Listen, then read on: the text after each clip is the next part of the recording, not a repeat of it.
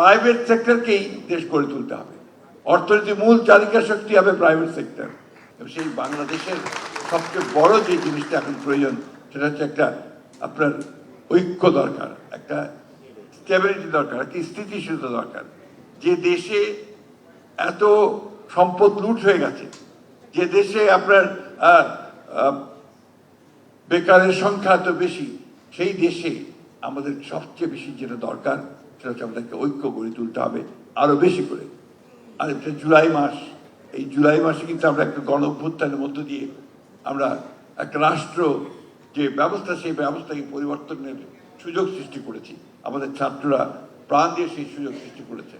সুতরাং এই সুযোগ যেন এবার আমরা না হারাই, আমরা যেন এটার উপর ভিত্তি করে আমাদের রাষ্ট্র কাঠামোকে সঠিকভাবে গণতান্ত্রিক পদ্ধতিতে নিয়ে যেতে পারি, একই সঙ্গে আমাদের রাজনৈতিক কাঠামোকেও যেন আমরা গণতান্ত্রিক পদ্ধতি নিয়ে যেতে পারি, সেই চেষ্টা আমাদের করতে হবে।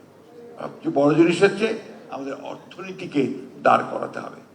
সেটা আপনারা হচ্ছে সবচেয়ে বড় কারিগর, আপনারা কাজ শুরু করেছেন, আমরা আপনাদের সঙ্গে অবশ্যই সহায়ক ভূমিকা পালন করব।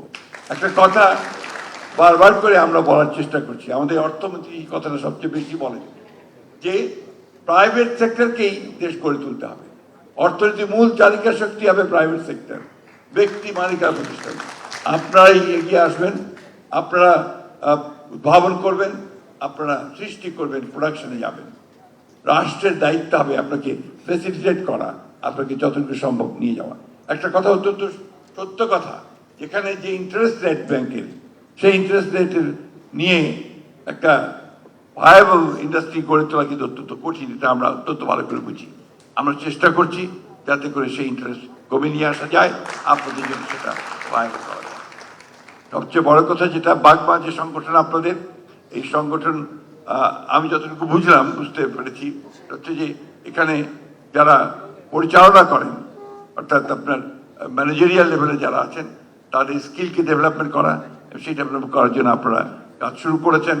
আমরা জানেন যে এখানে বাংলাদেশে প্রেসিডেন্ট জিয়া রহমান কিন্তু প্রথম আপনার টেক্সটাইল গ্র্যাজুয়েশন এনে দিয়েছিলেন। অর্থাৎ এখন আমরা এই